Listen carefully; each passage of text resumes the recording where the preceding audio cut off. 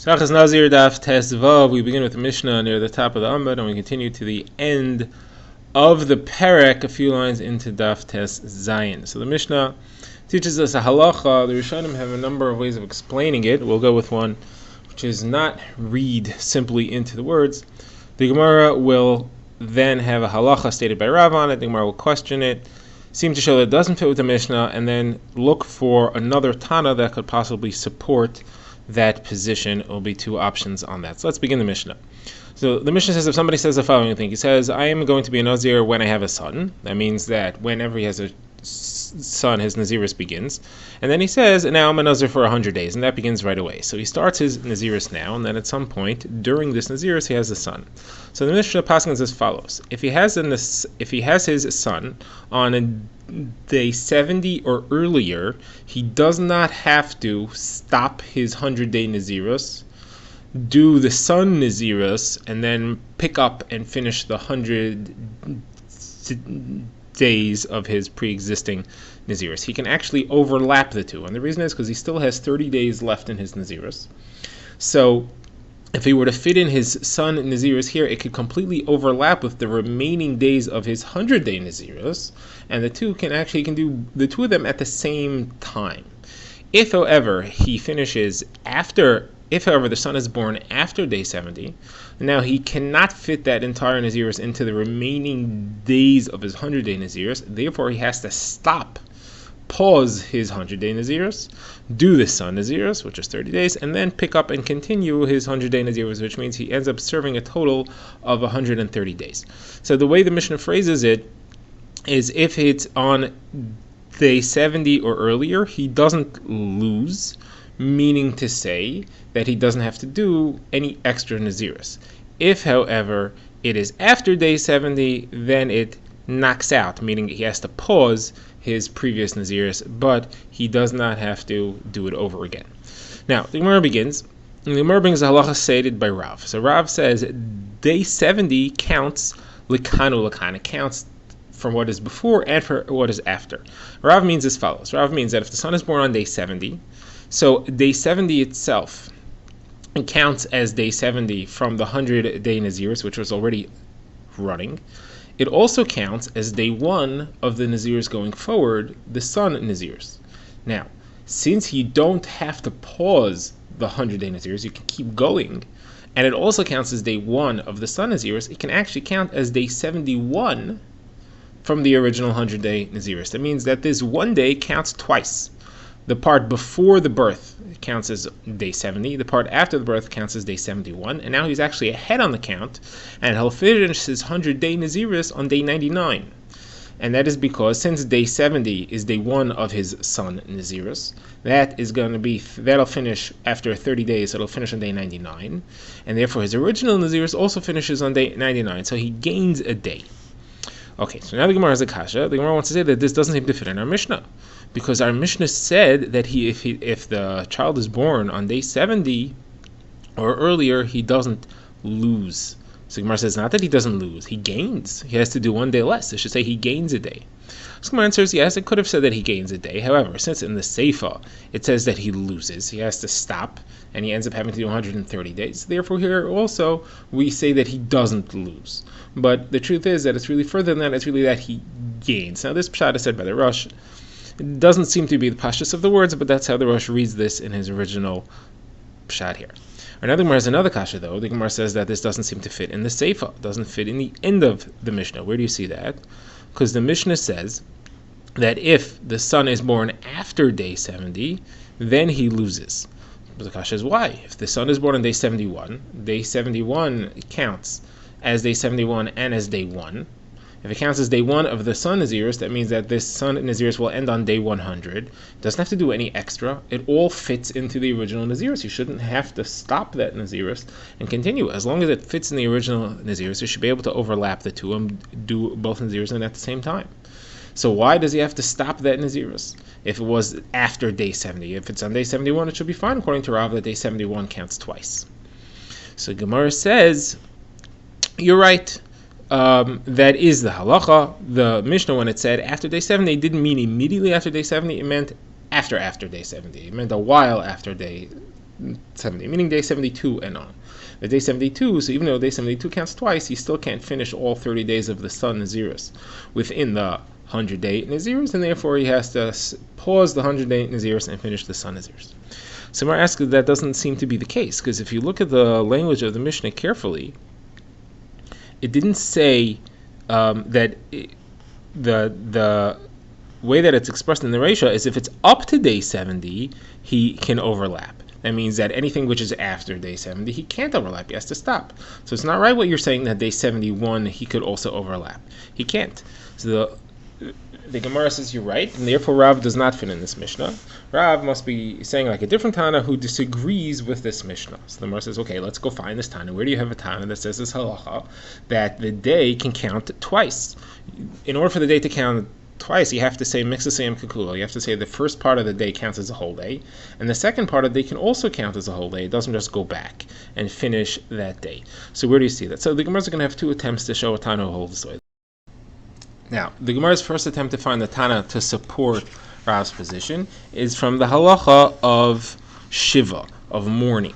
So the discussion is when a Yontif comes in the middle of Shiva, it cancels the Shiva. What happens if a Yontif comes in the middle of Shloshim?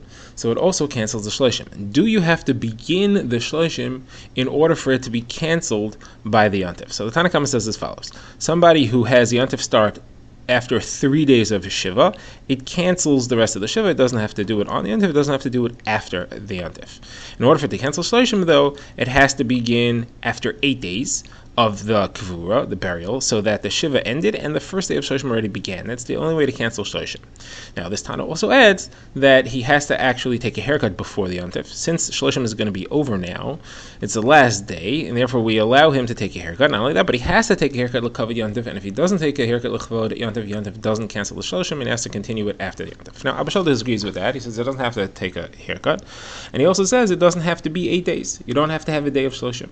The Shiva itself, even if it's only after 7 days, the Shiva itself also is canceled by the Yontif that comes afterwards. So now the Gemara wants the Shiva is canceled and the Shloshim is also canceled, even though the Shloshim didn't really begin. So Gemara wants to say, what's the pshat? Obviously, he holds the 7th day of the Yontif counts as the first day of Shiva, and it counts as the first day. It counts as the last day of Shiva, and it also counts as the first day of Shloshim. So you see, like Rav, this day counts on both sides. The first half counts to the Shiva, the second half counts to the Shloshim, and it's Lakan, like Rav said. Someone says this doesn't prove Rav because this is only talking about Avelos, which is a din d'Rabbanan, but Nazir is a din d'Oraisa. You don't know that he would say the same thing there. So if the Gemara says we'll look for another source, and more quotes Rabbi Yosi in the sugya of a Zava trying to be Yaitza a Korban Pesach. The halacha is that a woman who's a Zava Kitana, I mean she saw less than 3 days of Ziva, of a flow of blood during certain times of the month, she has to keep one clean day. If she's clean for a whole day, she can go to the mikvah, and then she's tahar. Now, if that clean day was Erev Pesach, they can shech the carbon for her. She can be included in a carbon Pesach. She's yay to the carbon. If she goes to the mikvah successfully, she can eat it. This case is where she went to the mikvah in the middle of the day. Now, she's not tahar until the end of the day. So they shechted the carbon Pesach for her, and then she ended up seeing dam, and now she can't eat from it. So the halacha that is said here is that Rabbi Yosi says that even though she can't eat from the carbon Pesach because she became tamei, she's still yoytze the carbon Pesach. She was counted as part of the shechita, and she doesn't have to do Pesach Sheni. Now, so now the Gemara says, what's the reason? Obviously, you need to hold two things. First of all, you have to mix the fact that part of the day was clean counted, and she can go to the mikveh afterwards, and it's considered like a full day. But you also have to say that when she became tamei, she only becomes tamei from here going forward. She doesn't become tamei retroactively for the whole day. That means that this is considered to be a new day. So you see, he holds the beginning of the day is one day, the end of the day is a different day, and that's the only way it could be that she becomes tahar going forward. So therefore, this is our source of this halacha. Asks the Gemara, is it true that this is the pshat in Rabbi Yosi? Of a brayso where Rabbi Yosi says this halacha, and he clearly says that that's not the pshat. He says a zav who saw ziva twice, that is a male zav. By seeing ziva twice, he's chayev 7 clean days, and then he has to go to the mikvah, and he had this carbon brought for him on his 7th day, or shomeres Yom, that is a lady who saw Ziva and needs one clean day, and she had the same case. That's the case we just mentioned. and they went to the mikvah, and they're included in the carbon, and then they saw either zav or zava. Says Rabbi Yossi, it's mitame limafreya, everything for the whole day.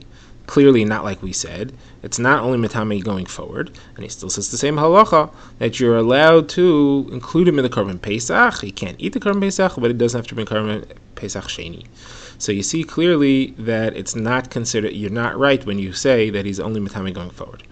So the Gemara answers that was not a problem. He is only mitame going forward. What it means here that he's tamei lemafrei is midrabanan. Midrabanan, we are mitame everything that happened up till now, and the Gemara says it has to be the pshad. Otherwise, it becomes tamei lemafreya, and the whole day is considered to be tumah deraisa. So then, how does he not need pesach sheni? He was tamei lemafreya during the carbon. So the pesach sheni is what is needed because he doesn't count for this carbon that he was a part of. Obviously, it's only derabanan. So says Gemara, no, that's not necessarily true. I could say that there's something called tumas hatahim, that's tumah you were not aware of. Generally, that's a phrase that's used for tumah that's deep in the ground, the tumas mace that's deep in the ground you're not aware of, and you only find out about it later. Here it's referring to tumah that you're not aware of because it didn't happen yet. It happens in the future, and then it applies retroactively. So it could be that he holds that tumas hatahim doesn't passel one from being included in the carbon. A tumah that you weren't aware of, you found out about later, doesn't passel one. Okay, that could be the pshat. So it says Gemara though, Rav Oishia, the Amir Rav Oishia also holds that the pshat is that it's only midrabanan and not that it's tumas hatahim. The Gemara brings a brisa. Rav Oishia quotes that somebody who saw a ziva on the 7th day, so it's a seiser, it knocks out the rest of the day going forward, and it doesn't knock out going backwards. So Rabbi Yechon disagrees. He says, no, it knocks out the entire day, but it doesn't knock out all 7 days of tahara that he had. This is talking about a zav who needed 7 days tahara, 7 clean days. So the Gemara says, they ask on Rabbi Yechon, what do you mean? If it knocks out going backwards, it should knock out all 7 days. So why does it only knock out the 1 day? So we therefore adjust what he says and says, no, it knocks out all 7 days. Rabbi Oishia says to Rabbi Yochanan that Rabbi Yossi holds like you, because Rabbi Oishia says that he's metame only going forward, and just like you said it doesn't knock out anything, not all 7 days and not the 1 day. So he holds like you as well. It doesn't knock out anything, not this day and not the 1 day, not the 7 days, not the 1 day, not any of the days.